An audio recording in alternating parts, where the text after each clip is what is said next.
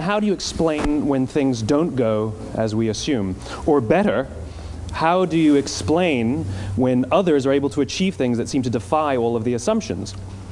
For example, why is Apple so innovative? Year after year after year after year, they're more innovative than all their competition. And yet, they're just a computer company. They're just like everyone else. They have the same access to the same talent, the same agencies, the same consultants, the same media. Then why is it that they seem to have something different? Why is it that Martin Luther King led the civil rights movement? He wasn't the only man who suffered in a pre-civil rights America, and he certainly wasn't the only great orator of the day. Why him? And why is it that the Wright brothers were able to figure out controlled powered manned flight when there were certainly other teams who were better qualified, better funded, and they didn't achieve powered manned flight, and the Wright brothers beat them to it? There's something else at play here. About 3.5 years ago, I made a discovery. And this discovery profoundly changed my view on how I thought the world worked, and it even profoundly changed the way in which I operate in it. As it turns out, there's a pattern. As it turns out, all the great and inspiring leaders and organizations in the world, whether it's Apple or Martin Luther King or the Wright brothers, they all think, act, and communicate the exact same way, and it's the complete opposite to everyone else. All I did was codify it. And it's probably the world's simplest idea. I call it the golden circle.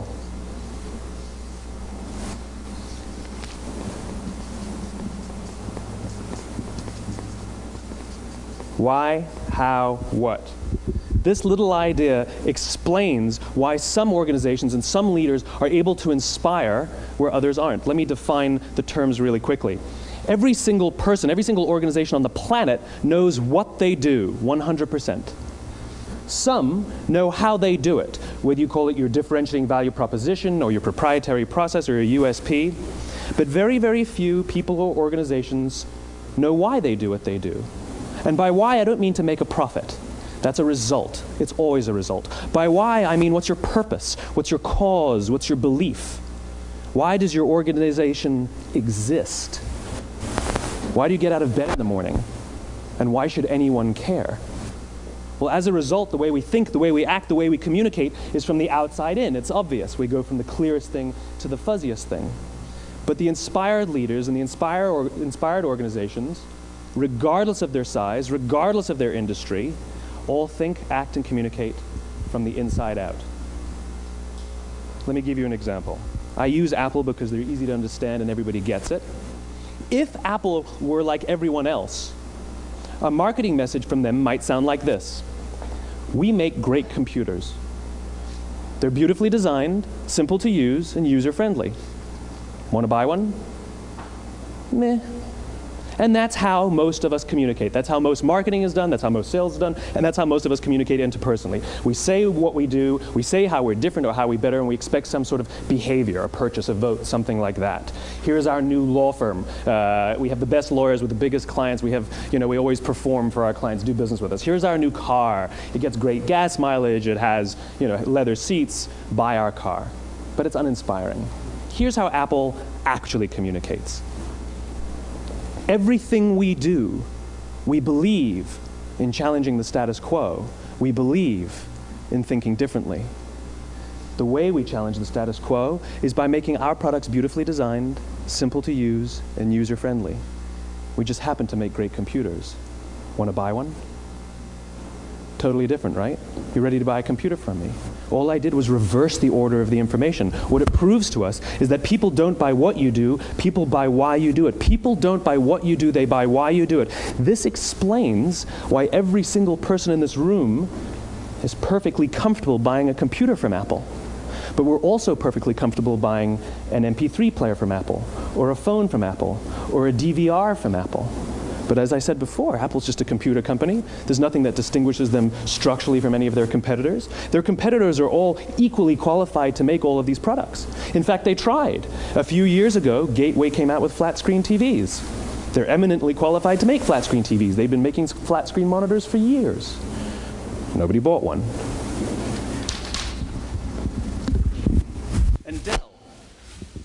Dell came out with MP3 players and PDAs.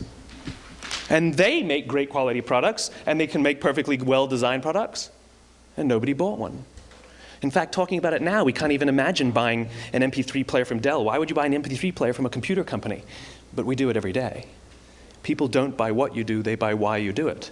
The goal is not to do business with everybody who needs what you have. The goal is to do business with people who believe what you believe. Here's the best part. None of what I'm telling you is my opinion. It's all grounded in the tenets of biology, not psychology, biology. If you look at a cross-section of the human brain, looking from the top down, what you see is the human brain is actually broken into 3 major components that correlate perfectly with the golden circle. Our newest brain, our Homo sapien brain, our neocortex, corresponds with the what level. The neocortex is responsible for all of our rational and analytical thought and language. The middle 2 sections make up our limbic brains, and our limbic brains are responsible for all of our feelings, like trust and loyalty. It's also responsible for all human behavior, all decision-making, and it has no capacity for language. In other words, when we communicate from the outside in, yes, people can understand vast amounts of complicated information like features and benefits and facts and figures. It just doesn't drive behavior. When we communicate from the inside out, we're talking directly to the part of the brain that controls behavior, and then we allow people to rationalize it with the tangible things we say and do. This is where gut decisions come from. You know, sometimes you can give somebody all the facts and your figures, and they say, I know what all the facts and details say, but it just doesn't feel right. Why would we use that verb? It doesn't feel right. Because the part of the brain that controls decision-making doesn't control language. And the best we can muster up is, I don't know, it just doesn't feel right. Or sometimes you say you're leading with your heart or you're leading with your soul. Well, I hate to break it to you, those aren't other body parts controlling your behavior. It's all happening here in your limbic brain, the part of the brain that controls decision-making and not language. But if you don't know why you do what you do, and people respond to why you do what you do, then how will you ever get people to vote for you or buy something from you, or more importantly, be loyal and want to be a part of what it is that you do? Again, the goal is not just to sell people who need what you have. The goal is to sell to people who believe what you believe. The goal is not just to hire people who need a job. It's to hire people who believe what you believe. I always say that, you know, there's, if you hire people just because they can do a job, they'll work for your money. But if you hire people who believe what you believe, they work for you with blood and sweat and tears. And nowhere else is there a better example of this than with the Wright brothers. Most people don't know about Samuel Pierpont Langley. And back in the early 20th century, the pursuit of powered man flight was like the dot-com of the day. Everybody was trying it. And Samuel Pierpont Langley had what we assume to be the recipe for success. I mean, even now, you ask people, why did your product or why did your company fail? And people always give you the same permutation of the same 3 things. Undercapitalized, the wrong people, bad market conditions. It's always the same 3 things. So let's explore that. Samuel Pierpont Langley was given $50,000 by the War Department to figure out this flying machine. Money was no problem. He held a seat at Harvard and worked at the Smithsonian and was extremely well connected. He knew all the big minds of the day. He hired the best minds money could find, and the market conditions were fantastic. The New York Times followed him around everywhere, and everyone was rooting for Langley. And how come we've never heard of Samuel Pierpont Langley? A few hundred miles away in Dayton, Ohio, Orville and Wilbur Wright. They had none of what we consider to be the recipe for success. They had no money. They paid for their dream with the proceeds from their bicycle shop. Not a single person on the Wright brothers' team had a college education, not even Orville or Wilbur. And the New York Times followed them around nowhere. The difference was Orville and Wilbur were driven by a cause, by a purpose, by a belief. They believed that if they could figure out this flying machine, it'll change the course of the world. Samuel Pierpont Langley was different. He wanted to be rich, and he wanted to be famous. He was in pursuit of the result. He was in pursuit of the riches. And lo and behold, look what happened. The people who believed in the Wright brothers' dream worked with them with blood and sweat and tears. The others just worked for the paycheck. And they tell stories of how every time the Wright brothers went out, they would have to take 5 sets of parts because that's how many times they would crash before they came in for supper. And eventually, on December 17th, 1903, the Wright brothers took flight. And no one was there to even experience it. We found out about it a few days later. And further proof that Langley was motivated by the wrong thing, the day the Wright brothers took flight, he quit. He could have said, "That's an amazing discovery, guys. Now we'll improve upon your technology." But he didn't. He wasn't first. He didn't get rich. He didn't get famous. So he quit. People don't buy what you do, they buy why you do it. And if you talk about what you believe, you will attract those who believe what you believe. Well, why is it important to attract those who believe what you believe? Something called the law of diffusion of innovation. And if you don't know the law, you definitely know the terminology. The first 2.5% of our population are our innovators. The next 13.5% of our population are our early adopters. The next 34% are your early majority, your late majority, and your laggards. The only reason these people buy touch-tone phones is because you can't buy rotary phones anymore. We all sit at various places at various times on the scale, but what the law of diffusion of innovation tells us is that if you want mass market success or mass market acceptance of an idea, you cannot have it until you achieve this tipping point between 15 and 18% market penetration, and then the system tips.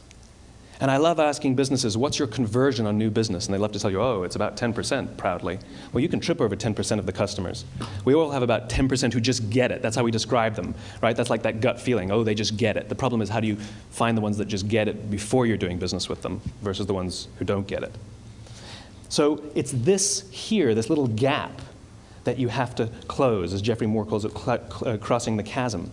Because you see, the early majority will not try something until someone else has tried it first. And these guys, the innovators and the early adopters, they're comfortable making those gut decisions. They're more comfortable making those intuitive decisions that are driven by what they believe about the world, and not just what product is available.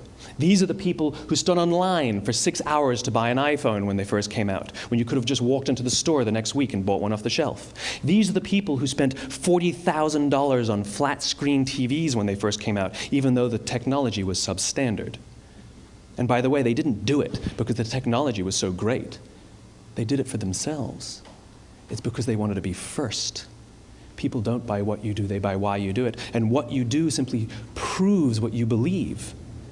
In fact, people will do the things that prove what they believe. The reason that person bought the iPhone in the first 6 hours, or stood in line for 6 hours, was because of what they believed about the world and how they wanted everybody to see them. They were first. People don't buy what you do, they buy why you do it. So let me give you a famous example, a famous failure and a famous success of the law of diffusion of innovation. First, the famous failure. It's a commercial example. As we said before a second ago, the recipe for success is money and the right people and the right marketing conditions, right? You should have success then. Look at TiVo. From the time TiVo came out about 8 or 9 years ago to this current day, they are the single highest quality product on the market. Hands down, there is no dispute. They were extremely well-funded. Market conditions were fantastic. I mean, we use TiVo as a verb. I TiVo stuff on my piece of junk Time Warner DVR all the time. But TiVo is a commercial failure. They've never made money. And when they went IPO, their stock was at about $30 or $40 and then plummeted, and it's never traded above 10. In fact, I don't think it's even traded above 6, except for a couple of little spikes. Because you see, when TiVo launched their product, they told us all what they had. They said, we have a product that pauses live TV, skips commercials, rewinds live TV, and memorizes your viewing habits without you even asking. And the cynical majority said, we don't believe you, we don't need it, we don't like it, you're scaring us. What if they had said, if you're the kind of person who likes to have total control over every aspect of your life, boy, do we have a product for you. It pauses live TV, skips commercials, memorizes your viewing habits, etc., etc. People don't buy what you do, they buy why you do it, and what you do simply serves as the proof of what you believe. Now let me give you a successful example of the law of diffusion of innovation. In the summer of 1963, 250,000 people showed up on the Mall in Washington to hear Dr. King speak. They sent out no invitations, and there was no website to check the date. How do you do that? Well, Dr. King wasn't the only man in America who was a great orator. He wasn't the only man in America who suffered in a pre-civil rights America. In fact, some of his ideas were bad. But he had a gift. He didn't go around telling people what needed to change in America. He went around and told people what he believed. I believe, I believe, I believe, he told people. And people who believed what he believed took his cause and they made it their own, and they told people. And some of those people created structures to get the word out to even more people. And lo and behold, 250,000 people showed up on the right day, on the right time to hear him speak. How many of them showed up for him? 0. They showed up for themselves.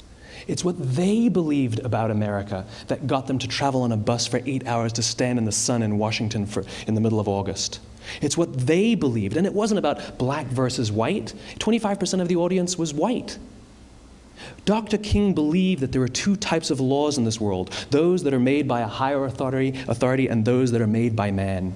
And not until all the laws that are made by man are consistent with the laws that are made by the higher authority will we live in a just world. It just so happens that the civil rights movement was the perfect thing to help him bring his cause to life. We followed him not for him, but for ourselves. And by the way, he gave the I have a dream speech, not the I have a plan speech. Listen to politicians now with their comprehensive 12-point plans. They're not inspiring anybody. Because there are leaders and there are those who lead. Leaders hold a position of power or authority, but those who lead inspire us. Whether they're individuals or organizations, we follow those who lead, not because we have to, but because we want to. We follow those who lead, not for them, but for ourselves.